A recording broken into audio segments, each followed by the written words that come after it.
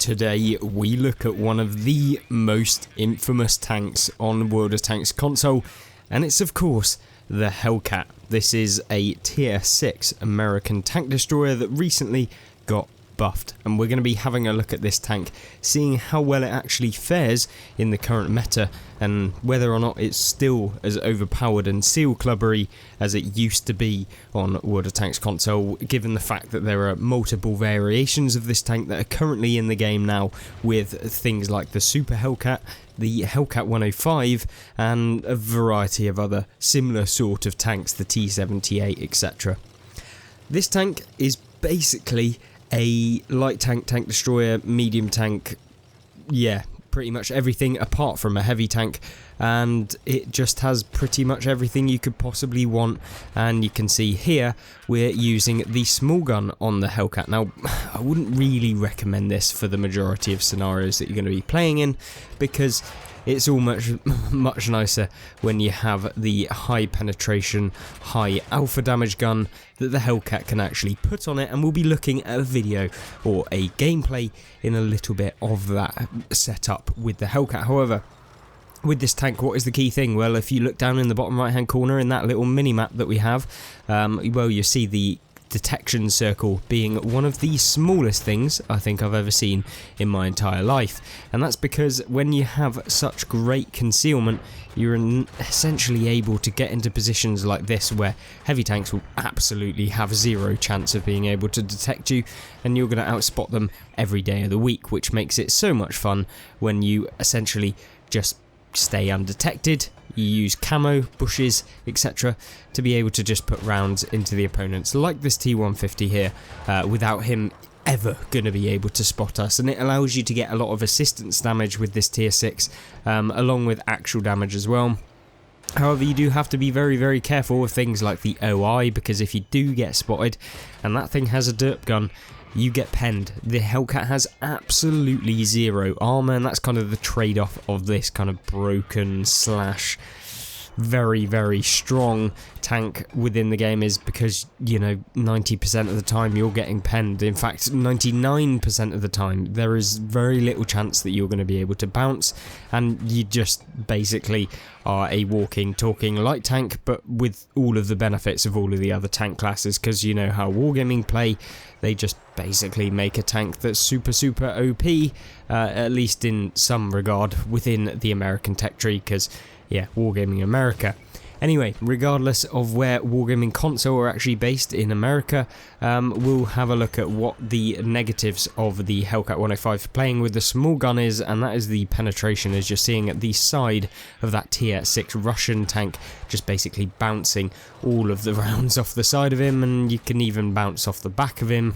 And it really makes it very, very difficult for you to be able to get high damage results consistently with the small gun. I mean, it's definitely possible, and if you use the camo and concealment and make sure that you are just spamming premium with the smaller gun that has better reload now, better accuracy, and basically all of the advantages of said kind of gun, you'll be able to have some really, really good games. Now, you're seeing here what happens when you're in a tier 8 matchup. You have to be very, very careful of what you're actually doing, because we all know what a tier 8 matchup is like when you're playing in a tier 6. You don't want to be getting spotted, and from this sort of point, we're basically just gonna work to try and just put rounds and rounds into the opponents that we can see from a distance, and that is exactly what the Hellcat does so well. And you can see what we managed to do here is just put multiple rounds into the Tiger. We managed to track him, and this is the sort of thing you want to be doing in your tier 6 games, where you are so low on the matchup or scoreboard, is making sure that you are the one tracking opponents, because remember, you can go up on your marks of excellence or anything alike by using this kind of mentality. So always remember that when you're deciding to play your lower tier tanks, and maybe you can't be an impact with regards to the amount of damage you're actually dealing to the opponent, but maybe you can really annoy them by just continually tracking them, and of course your team can then sort them out with the higher alpha damage or the higher penetration that maybe you just don't have with the tank that you're playing. But the Hellcat, if you do fire premium, you have more than enough penetration to basically just derp your way through pretty much everyone and anyone, and so it really shouldn't be too much of a problem. And unfortunately, within this game we're kind of running out of opponents to fire at, and I guess what my intent was in moving up so far was to actually detect the opponents that we want for our team and get some spotting damage, because ultimately that is exactly what you want to do in a tank like this, is just be the out and out I guess person spotting for your team, whilst also maintaining some level of discipline with regards to not just YOLOing in. And yes, tanks on the enemy team typically can be a little bit YOLO-ish against you because you have no armor and you're a massive easy ram target that a lot of them will go for. So you've got to be a little bit careful with that, and especially when things like the Draugr are deciding that they're going to come towards you. Yeah, it's not particularly too much fun, and I guess when you've just taken a big old hit from the Draugr and you have to make sure that you aren't going to get hit, and luckily he's firing the Hesh rounds, we're out of shells. And yeah, another reason why you don't want to be firing the small gun is because you just don't have the shells, and the fact we're kind of left up, tracked, and in the middle of the open means that he can pick us out very, very easily. And unfortunately we don't manage to get any more damage in that game because we ran out of shells. How typical. The fact that you can even do that in the game with no absolutely any way that you can get any more shells in the game would be nice, that if you manage to get back to your cap circle or whatever you could get more shells, but unfortunately that's not a mechanic within World of Tanks console, and I will probably never ever see that. It's just a way of balancing overpowered tanks, or tanks that Wargaming just can't be arsed with probably, and I guess that is what we're seeing with the Hellcat. And we do manage to win this game. We're going to skip forward to the actual result screen here, which says that we have victory, and of course we do manage to come top even after being destroyed by the Draugr in this tier 8 game. We picked up 2070 damage with 1597 assisted, which is a really good game. Well, not a superb amazing ultimate game that you've ever seen in the Hellcat, but definitely one that was featured worthy on the channel. And we'll look at one game where we're using the higher alpha damage gun, and we'll see how well the Hellcat actually plays, and I definitely guarantee that you'll have some fun if you do decide to actually pick up this tank within the game. Now then, forget the pea shooter that we had in the Hellcat in the last game. Today we are using the higher alpha damage gun, and you've got 240 alpha with the top gun on this being the 90mm gun, and it means that you can whack out the damage on the opponents that you're coming up against, and with really good DPM as well, so you don't sacrifice too much by going with this top gun. I would probably recommend it. It's definitely the most new player friendly, it has the best penetration, it has the best premium rounds.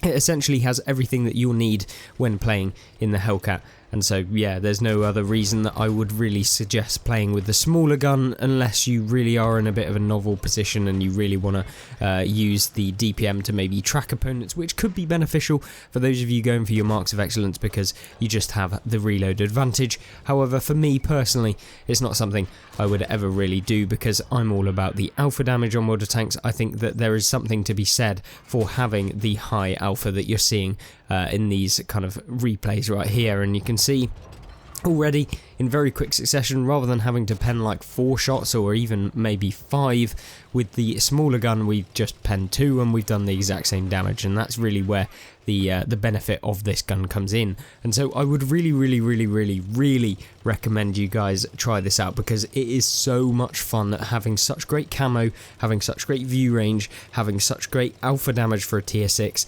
and obviously the DPM. That there's no real reason why you wouldn't want to try out the Hellcat, and the tank actually leads on to some pretty cool tanks later on with their T30 that you probably saw in a previous video last week, as of the recording of this video, in the T30 after the buffs as well, so you can see what that tank can do in a similar sort of manner to the buffed version of this tank. And they both are really good. I would recommend this tank or tech tree line because you go to the T124, which ultimately is a really solid tier 10 tank destroyer for the American line, and I think that is kind of where a lot of people go wrong, is that they think that this tier 6, yes, it might be a seal clubber, but it's not that fun to play. But if you do get into these sort of positions, it really is actually fun to play. And you can see, with such a good reload as well, you're able to outtrade some of these German heavy tanks, which you'd probably hope to be able to do, but I do really mean it. You can outtrade these tier 7 heavy tanks like the Hammer, which are really high DPM in themselves. Like, they're really good tanks in general, and that's something that you probably won't see from a lot of the other tier 6 tank destroyers. Yes, you'll have certain ones like the premium SU-100Y that have higher alpha damage and are able to pen these tanks and be a real nuisance to them, but I just don't think that they have the kind of level at which I enjoy playing with the Hellcat. And because you have 70 kilometers an hour top speed, means you can get out of there, you can relocate and be able to be a nuisance from a long range. Even when they maybe close the distance on you, you can then move and get into a long range engagement once again that they're probably going to be annoyed heavily at. And you can see what we're doing here is just getting into the best position on El Haluf, at least when you're trying to defend, if you are fast enough to be able to do that. And that's because a lot of the tanks that kind of move down end up being taken out from these sort of positions where they're undetected, and they're never going to be able to detect the Hellcat from this sort of range anyway. And what you see me doing here is just going after the T29, the easy pickings out in the open.